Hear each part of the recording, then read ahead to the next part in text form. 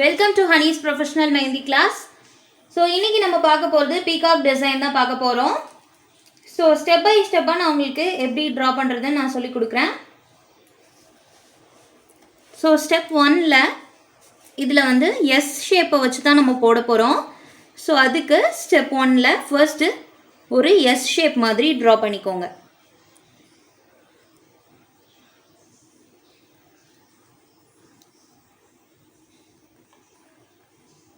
இந்த மாதிரி இது பீகாக்கோடைய ஹெட் ஏரியா வரைகிறதுக்கும் இது பீகாக்கோடைய ஸ்டொமக் ஏரியா வரைகிறதுக்கும் உங்களுக்கு இந்த மாதிரி கொஞ்சம் நீங்கள் ஒரு எஸ் ஷேப் கொடுத்துக்கோங்க. ஸ்டெப் 2ல்